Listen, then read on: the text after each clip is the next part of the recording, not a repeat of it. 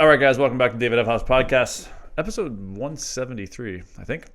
I'm back in the studios with my buddies from Greenwood, Matt and Nate. We've been working together for about a year now. Just trying to expand the business and trying to learn what's limiting you guys. We've done some really, really great stuff, and I thought we would do like a year in review after kind of like working together for a year to, like I say, to expand the business and what you guys have learned. I think it'll be a good podcast for anyone that's running a business or thinking about running a business, and what it is that's blocking you from getting to the level of success that you want to get to. And so why don't we start with kind of like where you were when we started working together, and then we'll go into like what you kind of have uncovered. And then Nate, I'll just get you to lower that mic a little bit because I'm looking at it. Just drop it down a little bit there. Yeah, perfect. Yep, good. So yeah, when we started with you last year, we were, 9 years into it at that point or so. And over the last probably 3 years, we noticed that our growth kind of like went stagnant, like we plateaued. Yeah. So we just really needed to kind of change it up, and we thought we'd see what you could bring to the table. And over the last year, we've seen a lot of big changes in the company and growth and movement that we haven't seen ever yet. So that's one of the biggest changes that I've noticed over the last year. And like, what do you guys think was the challenge? Like, because I don't think, your skills on how to renovate were the issue. Like, you guys kind of had like that natural, like, I mean, where did that actually even come from? Where did you guys get that like natural ability to do shit? Like we've said before, we started doing a flip, let's say. That was like the catalyst of this whole, change in life and career. I think, my dad, being handy and understanding, even though he's a trades guy, he still understood the inner workings of, residential construction to a certain extent, which is where we kind of based our beginnings on. And again, flipping a house with him helping us and telling us, this is how we tile and this is what we do, and all those little things like 10 plus years ago. And then we realized, it's not really hard. Like, let's be honest, there's way harder things to do in life than tile a floor. But to get really good at tiling a floor takes years of experience, and then just spread that out over every scope of work inside a residence of a home. And you've got to be good at it all. So that's a whole nother topic of a renovator versus industry, right? So there's industry and then there's renovators, and they're two different things, even though they do similar things. Yeah, well, I mean, the thing about being a renovator is like it's not specific. Like one day you're tiling, one day you're drywalling, one day you're painting. It's like you're a jack of all trades, and so you gotta be good at it too. Like, you just can't be mediocre. So you've got to, and doing it all the time is where you get really good at it. Yeah, that's it. And it's like and that's kind of like similar to like what we kind of uncovered here is. You guys got good at being renovators by doing, and now you're kind of shifting. Now you have those skills, and obviously they continue to expand because you guys are still doing every single day. But also, you had to step into the field of like increasing your business, expanding your business, getting beyond just the simple workings of I get a job, this guy pays me, we do the work, this guy pays me, to managing employees, how we're advertising, how we're setting goals, how we're running our financial system, who's doing sales, who's doing operations. There was just a bunch of stuff I think that was you guys had loosely kind of thought about, but I don't think there was ever probably like an intentional like how are we going to advance this thing forward, and that's probably where missing. I think the how was missing. We were just like, how? That's what we kept asking. We knew what we kind of needed to do, but we didn't know how to get there. Yeah, for sure. And that kind of leads me to like I think probably one of the first big discoveries that we kind of had was I think there was like an element of how, but I think it was and that's what I mean. What I can give you just because I have more business experience. I've been in the field of running businesses for a long time since I was 16, and so that how is like it's like second nature to me. And so for you to come and just me to show you, okay, like just avoid all this and just like this is the fastest route. I mean, that definitely helps, and I think that's definitely the value of always hiring a coach in any whatever it is you want to do, whether you want to be a better golfer or business person or whatever it may be, husband. Hire a coach because that coach is usually, hopefully, been there and can show you the most direct route and help you avoid the mistakes.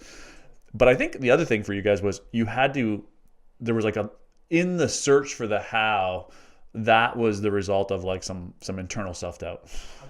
Yeah, like thinking that you guys didn't have what it takes or whatever it may be, not that like you didn't have what it takes to do the work, but you thought you might be missing something to take your company to the next level. And I think like one of the things that we undid was recognizing that you have everything that it takes. It's just a matter of like stepping into that direction of, hey, we want to expand this company. And if you really ask yourself that question, this is what happened to us in multiple sessions. You guys were spitting the answers out to me, and I was just confirming to you, yes, that's what you should be doing. And then, yeah. We needed like a third party to tell us, this is how you should do it, because we had an idea that we were doing it, but when we plateaued, all of our ideas of what we thought we were doing right were kind of out the window. And we were like, well, we're obviously not doing things right. But I think we were on the right track. It was just about maybe putting things ahead of the other things and prioritizing what we need to do. Because I think we were more focused on like maybe doing the work because we did the work all the time. Yeah. Instead, now we have to focus on backing away and running the business, which is something to me that sounded like ludicrous. It was like, how am I going to make money by not building things? Right. Yeah, that's a real thing. So I was like, this isn't going to work. But then, as you start to see that whole back room of business and how it works and operates, then it started to come clear that it's not all about swinging a hammer. Yeah. It's a very big part of it, but probably equal is how you operate your business too. Yeah.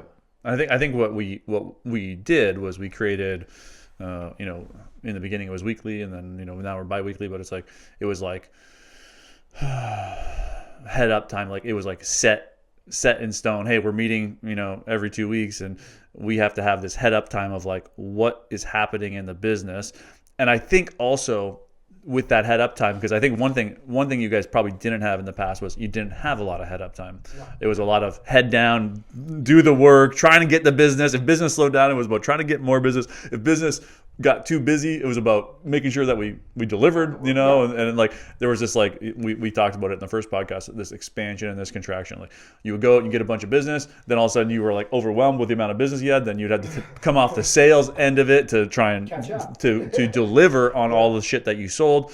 And that was one of the big shifts. But what we do in our sessions is we have this head up time and we say, okay, what are the tasks that we need to do that we feel are going to move us in the direction that we want to go?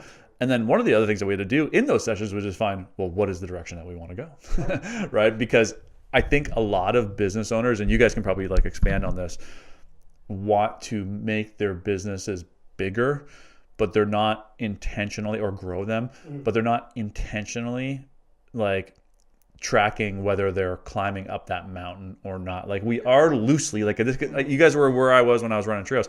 Like I knew what my sales were, and I knew like whether I was better or worse than last year, but there was never like this like really set in stone intention that I got to keep climbing and moving those sales forward and tracking them, getting what's working, what's not, and doing like that whole kind of like debriefing. And I think that's kind of like where you guys were at before we kind of started all of this.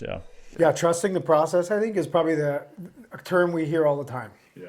You hear it all the time. Like, it doesn't matter if you're in sports or whatever. Once you've established a direction, which is like the biggest challenge, yes, like you said, we knew where we were going, but we didn't. So we established direction, we established a challenge, we structured things in a way that made us feel like, okay, this might work. Now we're like, trust the process more than ever. Yeah. Just keep doing what we're doing. It's working. Keep going. And hopefully things fall in line. Yeah, things fall apart, right? Yeah, and we're going to have to figure it out. Every now and then things come up. We're like, okay, well, I wasn't expecting this. How are we going to get through it? That's just business. So like, that's what it is. Yeah. But wrapping your head. Yeah, and I think though one of the things that you guys that allowed you to, because just to, so like as far as the scorecard goes, like we now have like a lead generating tool. We're getting leads in more frequently, booking further out than we've ever booked. We're feeling confident about the fact that we're going to be able to keep booking, which is kind of like a really great feeling to have, because we have a tool now that we're using that you helped us find, and identified, and now we're utilizing that tool. Yeah. So turn up the tool and get more results, turn it down a little bit or back off, and you'll, so it's like very and then obvious. make that tool better, make it That's more right. efficient, and that's kind of like what we're working on now is about how we're going to release more content. But what I wanted to circle back to is that I think the thing that allowed you guys to have success in this continued trajectory that we're kind of on now, I think the thing that you guys, I don't even know if you know about yourself or not, is that you guys have a recognition that growth isn't a straight line up. It's like this. It's like there's going to be highs and there's going to be lows. Like even the first kind of like 3 months of us getting this rolling, yeah, we had some big moments in the beginning, but like our ads weren't really working. We weren't getting the conversions. I remember having multiple meetings and saying like, I just want to see those leads coming in like crazy, and we weren't getting there. And then, but slowly, because you stood through it all and you like didn't give up on it, and you trusted that the stuff that we were learning and the direction that we're going was going to work. So that was actually, you guys really did trust the process. Over time, our ads started getting a little bit better. We got a little bit better at targeting. We figured out that people filling out the form right inside of Facebook is like what allowed us to get more leads. And so it's because we stayed in the field of trying to grow the business without, saying, let me just try this one thing and then it doesn't work, and then throwing your hands up in the air and going like, fuck this. Yeah. So I mean, I guess like, because that's like a really big personal attribute to trust that it's not just going to be all rainbows and butterflies. It's like there's going to be highs and there's going to be lows. But there's a sense of trusting that, if we keep on the path, we'll eventually start experiencing more highs than lows kind of thing, right? That's like a personal growth thing too, because it's like a mindset that you have to like train yourself. And again, you helped us find that mindset by like just believe in what you do. And some days you don't. Like some days you're like, I don't know. I can just crawl under a blanket today and just, but then you just rise above it. Keep going, and tomorrow ends up being a better day. But you would have never known that if you gave up. So it's the ebb and flow, as we always say. But it's not just work, but we're trying to minimize the downs. You're always gonna have downs, right? I feel like it's almost inevitable to just have a straight line trajectory without some, But we're trying to eliminate the deep drops, and make them less, and then they're really manageable. We've been here before. We know how to pull out of it.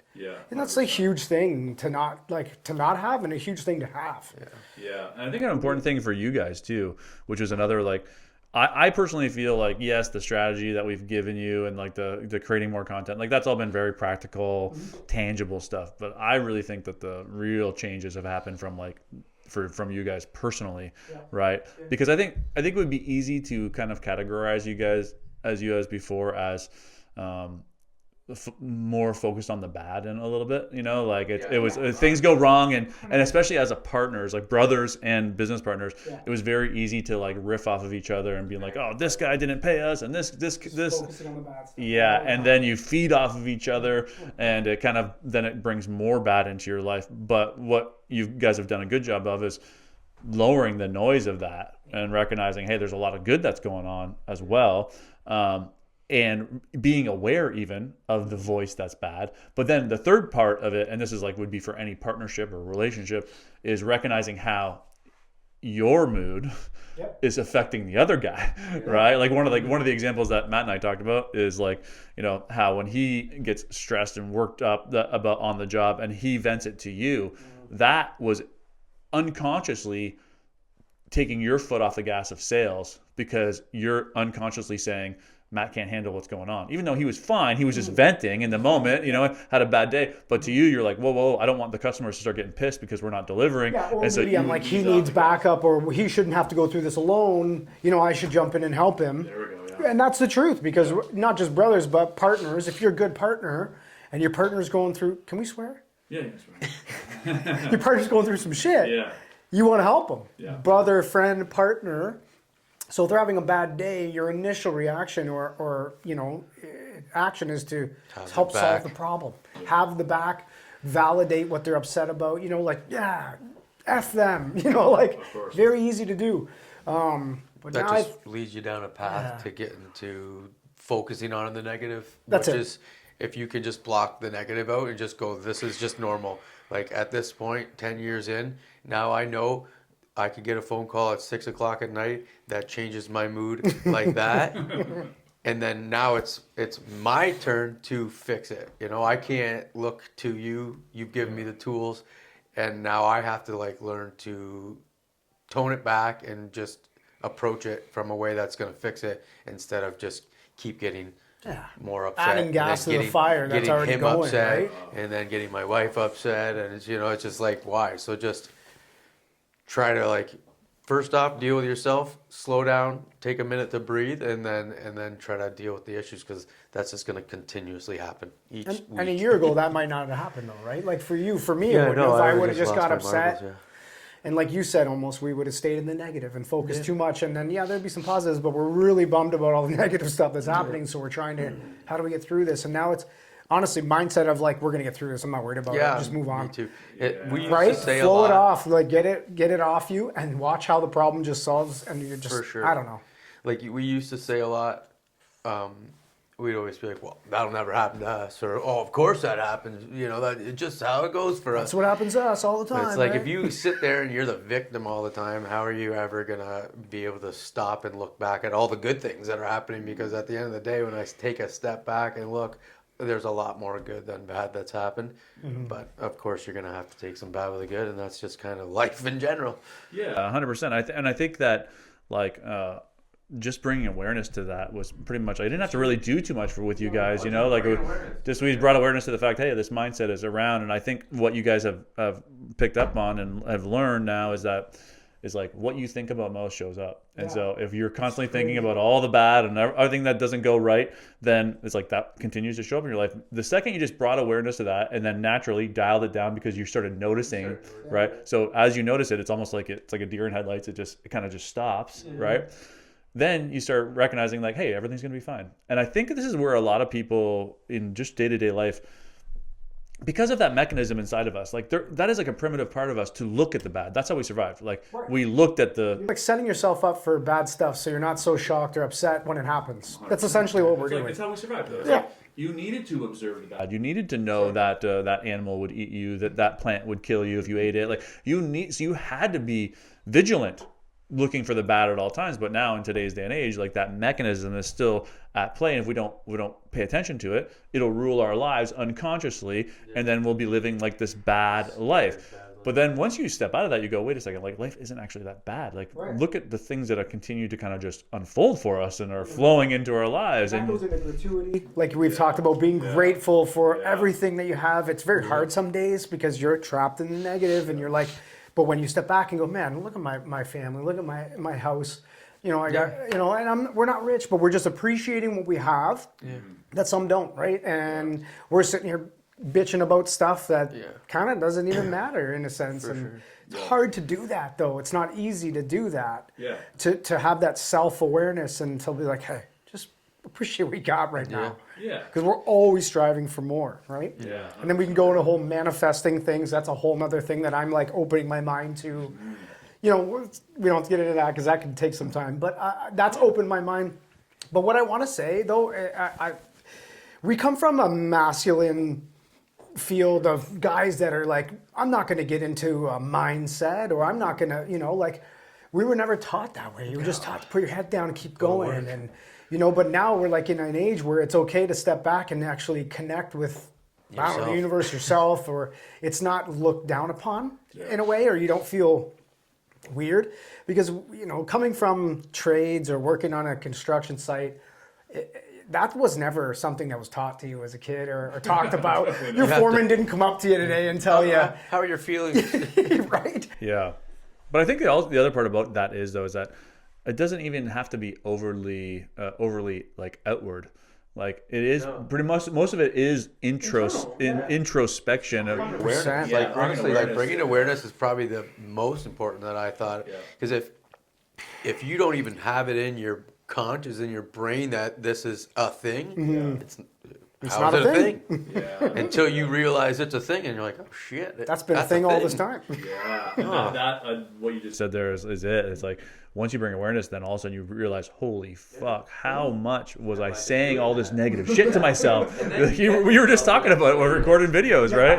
And recognize you're beating yourself up for making mistakes, you know, right? And like then you start to pay attention to that voice. You go, wow, like no wonder that good things aren't flowing into my life because I constantly telling myself I'm an idiot or whatever it is.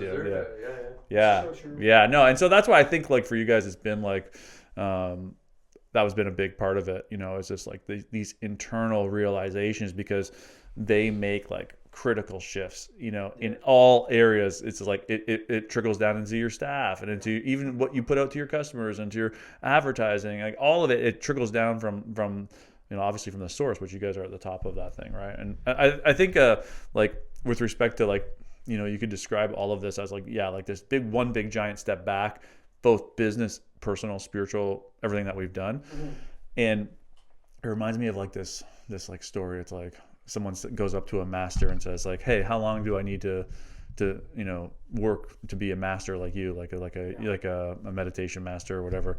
He says, well, if you're committed, it'll take you about 10 years. And the guy says, well, what happens if I work like twice as hard and do like way more than everyone else does? And the master says, it'll take you 20 years. Right. And like, that's like kind of like what a lot of business owners get trapped in. I'm just going to work harder. I'm just going to do more.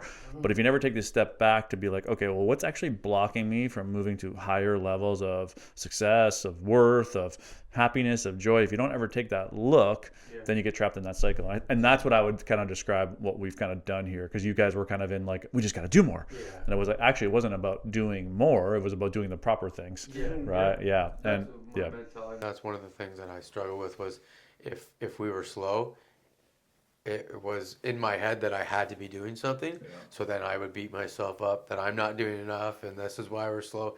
And it just came down to like a mindset shift that would have fixed it or eventually fix it. But for years I sat there thinking like, oh, this is us. This is what happens. This is what happens to us and sad us, victim. And, once you get out of that mindset, all of a sudden you start to like, things start to flow. Stress starts to drop and it's like, yeah, I don't know. And I think the other thing that's come from that lowering that noise is like a confidence between the two of you. Like both of you have your own confidence, but as a collective, the company has more confidence. Like, like just like looking back to you guys walking in my office a year ago, you guys were full of doubt and fear and worry and like you didn't think you had what it takes. And now I believe that you guys trust that if we keep walking down this road, that you're going to get to where you want to go.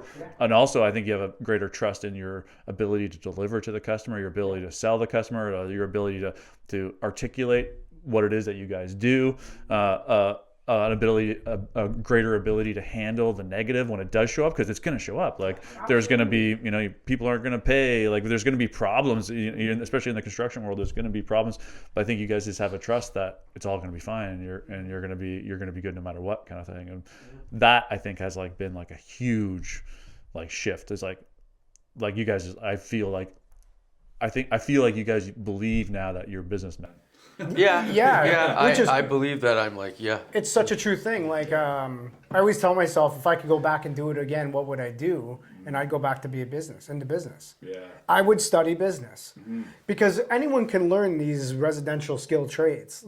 You don't need to be, so you gotta just work at it. But something you can't teach yourself at 30, 40 is business. You can, but it takes a lot longer. If I could go back, I could learn how to tile the floor faster than I'd learn how to run a business. Yeah, you gotta restructure. I learn how to drywall and paint better and quicker than it would take me time to learn how to run and set up a successful business and all the inner workings that go with it. So I look back and I'm like, that's the first thing I would change. Yeah. I would still stay in this field because I enjoy it, but I wish I was earlier in my life became more business minded. Yeah. But now that you're in it though, I mean, the best, like, the last year that you guys have gone through it, it's like you've gotten more business experience than you would have gotten 4 years of university. 100%, because you're in it. You're in the fire, and so all of that shift led us to like the big one of the big things was like we had to start telling more people about what you did, right? And like it's like people in this day and age, I think, get so wrapped up in, well, there's social media and there's this and there's all these different tools, but it's like, I always bring it back to my window washing company when I was a kid, right? It's like, how did I get customers when I went around and I knocked on doors, passed out flyers and said, hey, do you want your windows washed? That is the exact same thing you have to do today, but you just do it digitally, right? You just tell people, this is what I do. Here is my offer. Do you want it or not? Essentially, right? And yeah, like that's essentially what we got better at, and we're getting even better and better at it. Like we did a shoot the other day where we got like 20 pieces of content in like a 2-hour shoot with like very minimal planning. Like if we would have planned better, we would have got probably 30, 40, 50 pieces of content.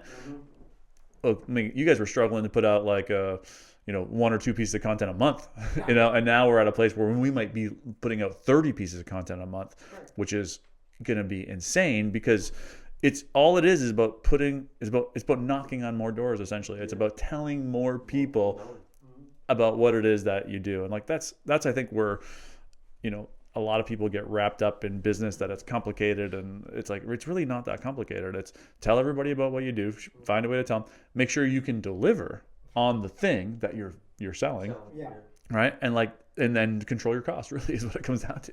And if you can do those things, it's like you'll be fabulous at business. Now the advantage that you guys have though is in your industry, there's not a lot of people kind of like doing it well, the select few, there's like, and that's where I think you guys have this advantage, because you have this like kind of like still small company feel that's very personal and attention to detail, and like we're going to make sure that you get what you want, and our prices aren't where the gigantic companies are, but you're not like Uncle Tom that's going to come over and do your tile, and it's like a nice kind of like hybrid of where you're at now. Now, one day you may become that big company, like that could very well be what it is, but recognizing that part of this feel that you guys have now is what's keeping you guys busy for sure. Yeah, definitely. Yeah. Right on. What else? I mean, anything else? I mean, why don't we go to like this? Where do you guys want to go? Where do you want to take this thing? Like now that we have some direction and we're seeing the path forward, it's like, what is it that you guys what is the goalpost that you're trying to get to, or the lighthouse, I guess maybe is a better word? I mean, be the richest guy in the world, obviously, but we're going for yacht. If we just break it down, money. Yacht money. Yeah. No, I don't know. I don't know if I want to get too big of a company. I don't know how I think big there's I a want magic number in size that we've yet to find, but I think like getting 40 employees and 2 facilities, unless I don't even know how that happens. But I definitely see us getting a little bit bigger. Yeah. And then expanding more on additions, little kind of thing. Like we really want to start and get into that. Yeah. We love the bathrooms, don't get me wrong. We love the basements, the kitchens, but we love making an addition happen, or it's so big. Kitchen's nice and beautiful, but like when you add on a part of a house, it's pretty sweet.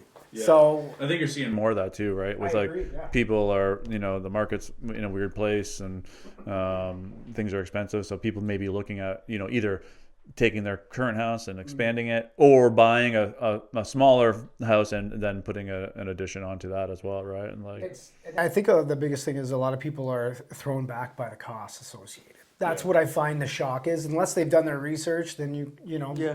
Unless they've been looking into it and they've had a few quotes or whatever, people are shocked at the price because your addition is now what you paid or more for your house when you bought it 15 years ago, and people can't wrap their head around that. But at the end of the day, so are the cars that much more expensive. So are your groceries, so is your gas. Vegetables. Everything's gone up. So I mean, this isn't the one field that's going to stay stagnant, especially when you do it, you're coming out with the equal amount of money that you gave us to do it in equity on your home. Yeah. So there's nothing else that can be said for that. You cannot buy something that's going to hold value and then create value just from you owning it, basically. Yeah. Everything depreciates. Yeah, which is true. And my brother-in-law is in the market, and he's getting married in April, and he's in the market for buying a house. And I keep telling him, I'm like, just buy a house that needs to be renovated. And he's like, yeah, but the renovate, if you're paying guys to renovate, it's so expensive. I'm like, it isn't though. To have the peace of mind that it was done right, and you have someone that you trust.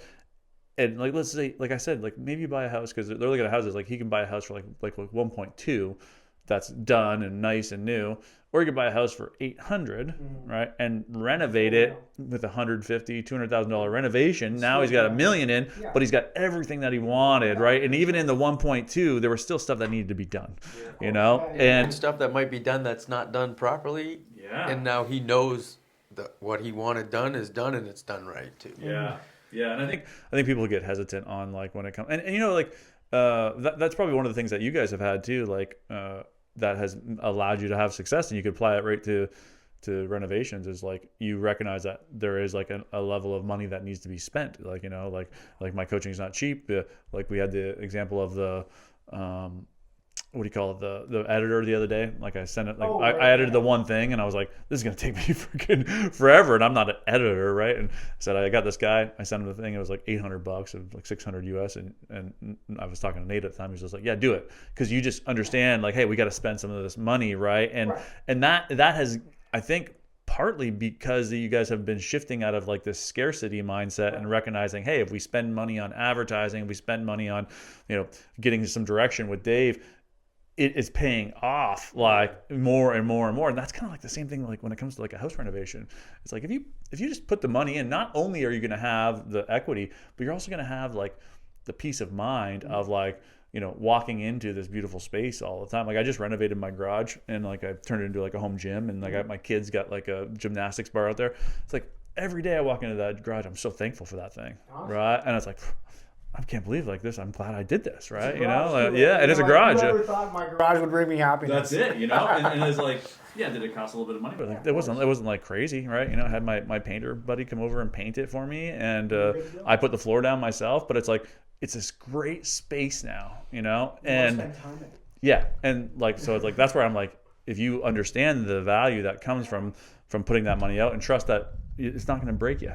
You know, and like that's kind of like what you guys have learned. Yeah, and it's hard to do. Yeah, It's the cart before the horse, in my opinion. Like a lot of times, right. which for me is like the opposite way that I operate in my life. It's very hard for me to put the cart before the horse because that's my brain doesn't allow me to think like that. But in this sense, you have to almost. You have to trust that the cart should go first.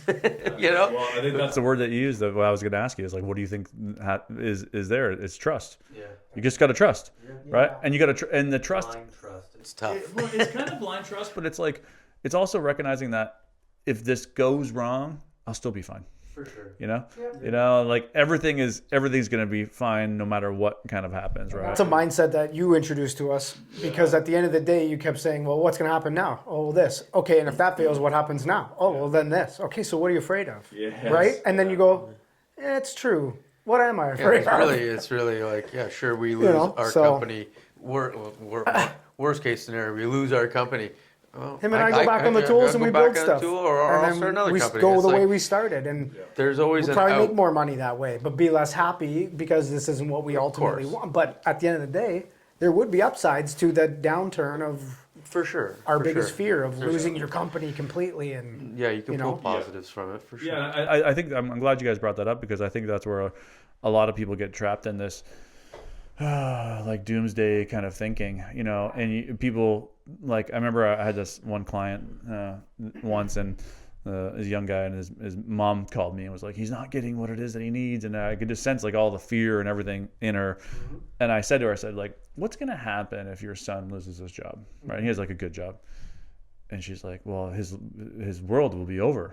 Yeah, he's done. He's dead essentially, is what she was thinking, right? And I said, your son has more charisma in his pinky finger than most people I've ever met. Yeah. You really think that if he loses this job, his life is over? And like that was her light bulb moment. You know, she was like, oh, whoa, like, you know, and just to realize that like, hey, you're gonna be okay. Yeah. Are you gonna experience pain? Are you gonna have a financial strain? Are you gonna maybe have to make sacrifices, sell your house, sell your car, all whatever?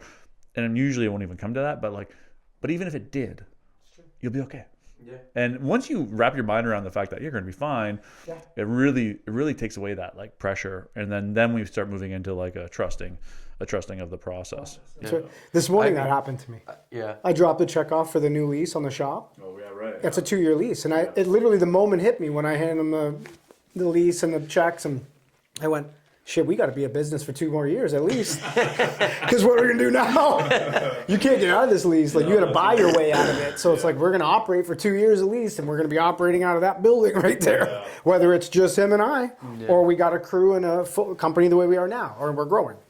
So, I mean, that's a big step for you guys too. But that moment didn't scare me. That was the point I was trying to make. The moment didn't scare me because I knew at the ultimate worst case scenario, him and I will be working there every day. Yeah, for sure. That's the way it's going to go. Like, okay, so why are you so scared? I'm not. That's why I handed him the check without even like nervousness. I was more excited. Yes. But the reality slapped you in the face. Like, we're going to be here for 2 years. This is a lease agreement. Yeah. Yeah, and I think though, like that having that physical space, you know, having that professional like setting, I think it's gonna advance you like to the next level. Yeah. It'll allow us to operate our business cleaner, smoother, and just that alone.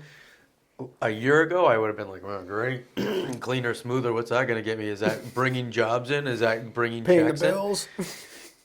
It's hard to sit back and go, it is. It really, it's what's driving the bus. We always say that stuff. And like doing the work is what we find the easiest part of it because we know it the most, right? But it's running the business and having the trust that's the hardest part. And it's like a year ago, I would have thought, cart before the horse. We can't have a shop. Like, how can we have a shop right now? We can't even run a business properly, you know? But now I'm like, how do we not have a shop right now? That's where my mind's at. And part of the reason we were having issues is because we were running it without having a main shop.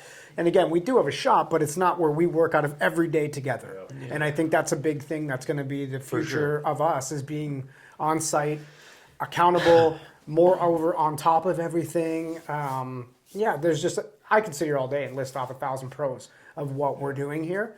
And ultimately, the only reason I feel this way is because of the last year we've spent building ourselves and the company that come hand in hand. Like, 100%. right? So it's like at the end of the day, that didn't scare me at all. That was like, this needs to happen. I'm so excited to hand this check over to you. Yeah. Even though in the back of my mind, I was like, oh shit. A little bit of fear, but it's like you recognize the fear's there, and you say, "Fuck it, I'm moving." 100%, because I know we'll figure it out. Yeah. It's not a real fear, really. No. Like you know, like there's no it's that self-doubt clipping in the back. Like, hey, you sure you won't do this? Yeah. You know? And like, I mean, I think the theme of this whole conversation could be like just trust. Yeah, you know, like learning to trust that, like it's everything that you need is going to unfold. That you're going to be okay no matter what. Trust in walking the path. Like just trust that if you just keep walking the path, you're going to get to the destination, right? You know, and then I think for me, like I know one thing for me, and I don't even know if we've talked about this, but like for me, it's like even if I don't get to the destination, I'm fine. Like, I mean, obviously I want to, like, I want to get to, you know, for me, it's like, you know, enlightenment. For me, it's like abundant wealth.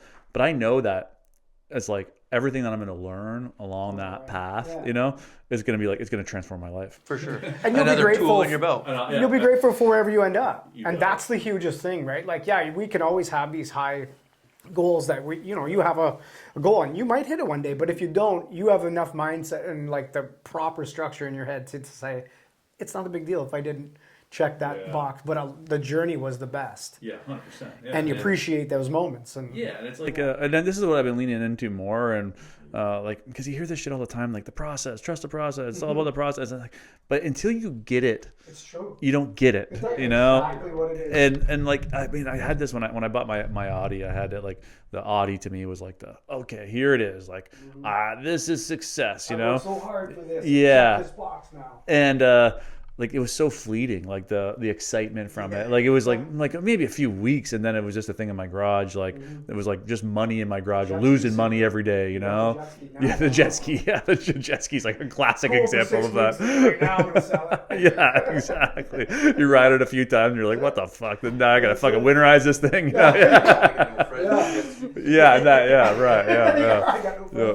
No, like literally, and like, but it's like what has been coming to me more is the recognition that it's like, yes, when you get to the top of a mountain, it's great to like look at the view or whatever, but that view would have meant shit if you would have taken a helicopter there and landed on the top of the mountain. Right. Yeah. You know? So if you won the car instead of working for it, 100%. two different ways. Yes. You know, your gratification wouldn't be there. Part of the beauty of being at the top of the mountain is the fact that you had to climb to the top of it, you know? Yeah. And then even when you're at the top, it's like, if you think about climbing a mountain, it's like, there's this hike out in Whistler that I do, is like Squamish, called the Chief. It's like this 3-hour hike to the top. And when you get to the top, it's magnificent. Yeah. It's amazing. But you spend like 10, 15 minutes up there. You're like, all right, let's go back down, because it's the climb that was actually the fun. It was the, navigating through the forest. It was the scramble that you had to do. And once you get to the top, like, that was the part that was cool. Sure. And granted, yes, it was tied to a destination, which I think is okay. But just recognizing that destination is probably not going to be as fulfilling as you think it's going to be. So then if that's the case, then just enjoy the process towards it. And that's what I've been like leaning towards more for myself. It's hard to get people to understand that, though, because if you haven't had a journey in your life at this point, and you will, but if you haven't been able to experience that in a small scale or a large scale, it's very hard to explain that, because I didn't understand it. Yeah. You know? And you hear it all the time. Hear it all the time. You have to like almost stop and break it down. It's like it's in your day-to-day process of everything you do. Like if I put it, like, as I like to fish, I put it to fishing. Like at the beginning, I'd be so pissed off if I couldn't catch fish, right? Mm-hmm. And I'd be like, it would ruin the rest of my day. I'm like, what the hell? Like, I'm supposed to be enjoying myself. But then over the years, I realized that like me putting my friends that don't fish on fish, and me like just being on the boat out in the water, those are the times like I like that, because I fight this fish and it lasts 60 seconds. I take a picture and it goes back in the water, and I'm like, that's what I was fucking worried about. Right. Like, you know what I'm saying? Right. But the process of fishing is what I really wanted. Sure, catching the fish is great, but I mean, at the end of the day, if I don't, I still enjoyed every other aspect of that. Yes. So then when I do catch a fish, I'm even better. Sweet. And if I don't, I'll go out tomorrow. The old saying goes, a bad day at work is better than a good day, or a good day at work is better than a bad day of fishing. Yeah. And it's so true, like, But it's like that in every aspect of your life, really. If you start to like look at it and break it down, really, it's like, everything, even working, like you go to work every day and it's like, it seems like such a hurdle to get over, but then you get your paycheck and you have the things that you have because of it. And it's like, if you stop and look back on it, it all makes kind of sense in that way. Like, you can look at that and find that little, like Nate was saying, find those little wins or whatever situations, and then apply it to the big one, and then it makes more sense to you. Yeah, I think that fishing analogy was perfect. There's a lot of fishing analogies I got. That's true. It's so true, because it's like, I've been leaning into this more and more for myself, is that it's like, because one of the things that had happened to me over my quest to be rich, and I was talking to my wife about this last night. It's like, I set the intention or the goal of becoming like uber wealthy when I was like 11, and I feel like I'm not even close to that goal, right? But what I'm leaning into is that I want to enjoy the walking of the path towards that goal. Not just waiting to have the joy when I get to the goal. Yeah, like you're out of here as soon as you get there. The last 2 weeks, and you'll be like, this is. That was the greatest gift buying that car gave to me, was like, it's like not about the thing once you get it. It never was. You thought it was, but it wasn't about the thing. It took you getting there to realize it. It sounds so stupid when you talk about it. People would disagree. It does. People would disagree. Because the guy that doesn't have the Audi R8 is like going, struggling. Fuck you. What a loser. He doesn't have an Audi R8. You got it. For sure. Because one of the things that happens, especially to business owners, is because we get so focused on making more money and expanding the business and doing all this, we kind of like don't allow ourselves to enjoy that whole entire process, because we're trying to get to a destination, right? But it's like, why not get to the destination and do it like with a smile on your face? That's it. And that's do that though. Like, can you say you've done that yet in your life? You're starting to, but I'm saying like in a past experience of something other than the Audi story, like have you ever said start to finish, I just sat back and enjoyed the journey? Well, I mean, I think that's what was one of the things that created the biggest shifts in my life, was the recognition that I was after a goal to make me feel a certain way, right? And without even realizing what I was doing, I was starting to feel that mine was happy.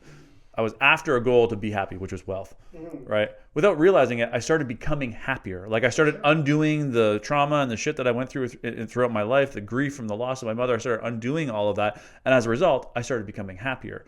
Now that I was the state that I thought I needed to get the goal to get, right? The frequencies began to align and more money began to flow into my life. Right.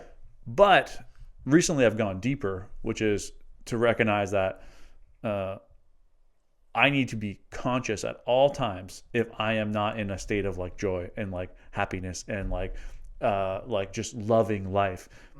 And recognizing that if I'm get focused on the goal again and then because it can happen, it's not like you just do it once and you got it. Yeah. It's like you almost have to go through these lessons over and over again, you know.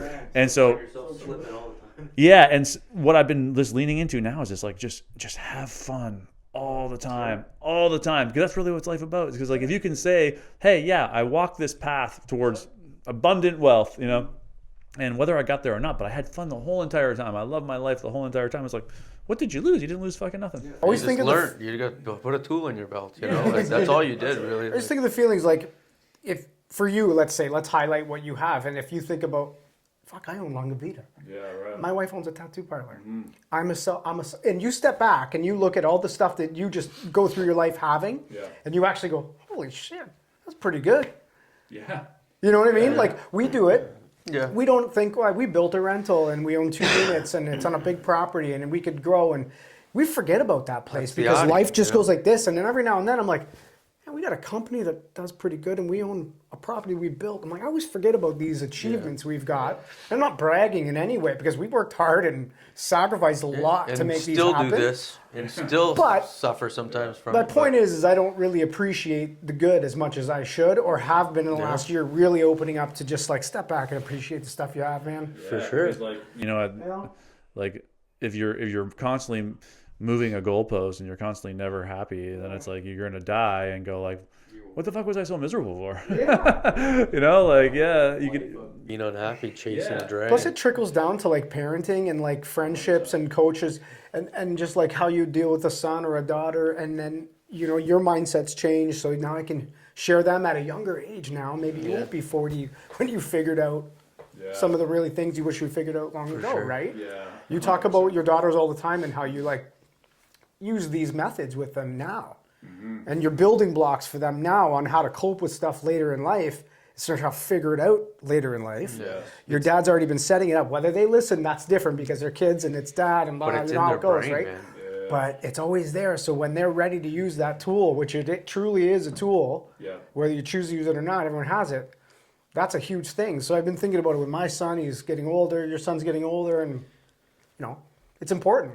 Well, and I think the most important thing is of it all is that kids don't like really, you know, they don't take to heart what you say, kind of thing. It's more so of a reflection of who you are. Yeah. So if they see you as stressed out and they see you as worried and always focused on the bad, as opposed to them, you seeing them as being grateful, being happy for the life. Like, you know, we were just at your place the other day on the ice rink, and if you're out on the ice with your kids and, you know, instead of focusing on the fact that there's leaves and shit in the ice, you're just like, I'm out here with my kids. How great is this? That's going to trickle down to them, you know, and they get it by osmosis, you know, like, and that's like a stopping that cycle. You know, and it's really an unconscious primitive cycle of survival, which is to focus on the bad. And by you guys bringing this awareness, you stop the cycle, not only for you, but you're going to stop it for your kids as well. That's a realization that came to me throughout this year. Like it was something I never thought of before. And now I'm like, oh, this is cool. I can pass this on. Things. Or like you said, even by osmosis, just the way I act and how I don't freak out about stuff. Yeah. You know, like, anyways. Yeah, man. No, I mean, I think it's all good. I think you guys have you know, and really for like, you know, we didn't spend like a ton of time together, you know, like I said, we're meeting every other week and like some huge leaps. And I think for you guys, just like for the listener, it's like, it's because there was a willingness. There's a willingness to look within, a willingness to say, we want to become better. We want to expand in all areas. Now, I think you probably came in expanding. Hopefully you thought you were expanding just in business, but I believe that the internal expansions are the things that really move the needle. I don't think I think like coming to you, like you said, we already had all the answers. Not all the answers. I don't want to say that, but we had some. A lot of the answers in our minds on the business aspect of it. But we didn't know how to get there because we were blocked on our personal level. Yes. So like cracking the personal level was open. putting the horse before the cart, you know. So, Yeah, no, So 100%. it's like- No, that's great. Yeah, I love that analogy. Yeah. Yeah, well, I'm excited for you guys. I'm excited to see where you take this thing and for us to continue to kind of like get clear on the vision and on where it's all going to go from here. But I really see Greenwood as becoming like you know, like you guys are already kind of like, you invest in like your local arena and you put the things, but I kind of see like more of like just Greenwood. You just did that great giveaway, right? Which was so awesome, and it felt good, and it got, you know, great views and likes, and you know, 1,000 people entered voted for people, which is just amazing to do something good for somebody. And I kind of see that, especially because of the logo. You know, we've had conversations about the logo, but I just kind of see Greenwood in more places. You know, like that's what I just had a call with the Hermosi's team yesterday, and very similar, because like, you know, I signed up for Hermosi just like you guys signed up for me. I'm like, what is it that I'm missing, you know? And as soon as I get on the call with this guy and he's asking me all these questions, you know, the answer was revealed to me. He didn't say it. The answer was revealed to me. He's like, I'm just not doing enough of advertising. I'm not doing enough advertising. It's like, I got kind of narrow focused on like Meta, but like we advertise in lots of areas. Like we have email marketing, we have influencers that we use, we have guest user generated content. Like we have all of these other things that I'm like pretty much ignoring because I'm so fixated on Meta, right? Which has served me well, but there's others. but once he kind of like, he was asking me, well, how is this?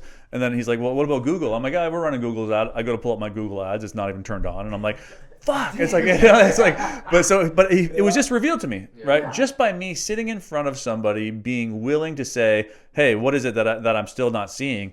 The answer is revealed to me in an instant. I'm like, oh, wow. And then that would apply to your business as well. But I think it's good to get good at one thing first and then let it trickle down into the other areas. absolutely. I agree. Good stuff, man. Any final thoughts? I don't know. As much as it sounds weird and maybe you don't believe it, I think trusting the process there's more to be said about that and it's easier said than done, obviously. But if you can step back and look at your life so far, if you've trusted the process, at least you were happy the duration of the trip. And maybe your end result, like you're saying, isn't where you want to be, but you're a better person because of that process. And now it might reflect somewhere else in your life, and it might make you even better. You know, you pull the positive, and you might go, we could, you know, end Greenwood and then open another company and be even more successful. And our biggest worry was Greenwood collapsing, you know? So it's like, it's just the process and go with the flow. Yeah. And, you know, as you were saying that, what came to me about why people get trust the process all fucked up is because in that statement, they focus on the word process. But the process doesn't even fucking matter. It's the trust. Right. The process is already going. It's like, yeah, you know, it's like, that would be like saying, you know, you want to get on a path and you want to walk from one point of the path to the other. And it would be like, let's focus on the process of how we're going to take these steps, and we're going to try and make our steps the most efficient steps we possibly can. And this, but it's like, no, it's just trust that if you walk, you're going to get from one end to the other, and it's the trusting, and the process sorts itself out. And of course, as you walk, you're going to figure out how to walk more efficiently. You're going to get more. You're going to have more stamina. You're going to walk. You might better. find a nice place to take a break and stop look and take a out look and around. see a view and be like, this view is just as good as the top. There we go. Right? Yeah, definitely. And that's I think that's where people have gotten messed up in the word trusting the process. It's like a trust that if you just keep moving, you're going to get to where you want to go. And even if you don't, you're fine too. For sure. People hear that statement and they just throw it out the window like I did before last year. Because it doesn't even mean anything like, because you haven't entered it. You haven't really sat in it. Yeah. It's been used. It's been overused essentially. It's like there's so many sayings we heard as kids. You're in for a rude awakening. Well, you know what that means until it happens, and then you go, "Oh shit, that's what they mean." That's a rude awakening. You know, how many times have you heard that in your life? Like, that's just another saying that just gets thrown around, and people don't truly know what it means or how it feels. Yeah. No. Love it, guys. Well, thanks for taking the time, and Back. we'll do it again another year. Absolutely, I'm looking forward to it.